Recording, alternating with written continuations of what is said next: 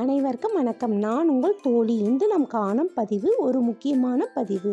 நாம் வாழ்க்கையை மேன்மைக்கு கொண்டு செல்ல ஒரு சக்தி வாய்ந்த வழிபாடு தான் இன்று நாம் பார்க்க போகின்றோம். வாங்க. அதற்கு தேவையான பொருட்கள்: கல்லுப்பு, எலுமிச்சைப்பழம், லவங்கம்.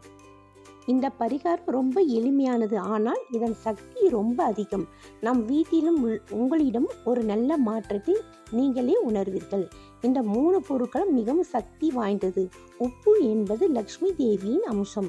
இந்த கல்லுப்புக்கு நாம் சொல்வதை உள்வாங்கி அதை நடத்தி வைக்கும் சக்தி உள்ளது. அதேபோல் எதிர்மறைவான ஆற்றலை நீக்கிவிடும். அதேபோல் எலுமிச்சைப்பழம் ராஜகனி என்று அழைக்கப்படுகிறது.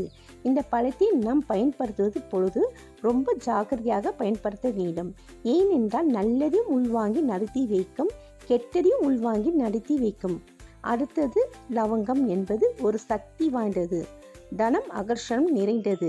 இந்த வாசனையுள்ள இடத்தில் தனம் அகர்ஷணம் சக்தி நிறைந்து இருக்கும்.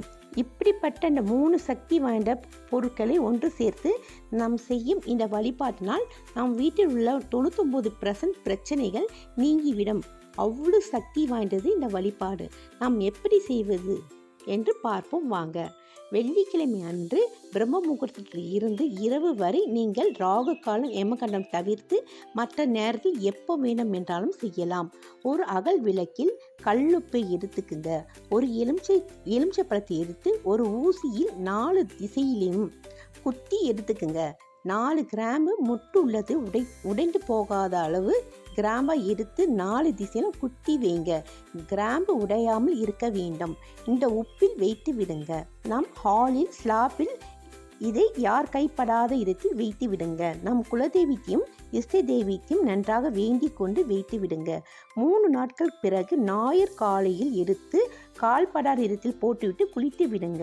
இப்படி நாம் செய்வதால் இந்த 3 நாட்களில் ஒரு நல்ல மாற்றத்தை நீங்களே உணர்வீர்கள். பணம் வரும் தடை நீங்கும். எல்லா வழிகளிலும் பணம் வருவதற்கு வழி வகுத்து தரும். கந்திஷ்டி நம்பிக்கையுடன் செய்யுங்கள், பலன் நிச்சயம். நன்றி.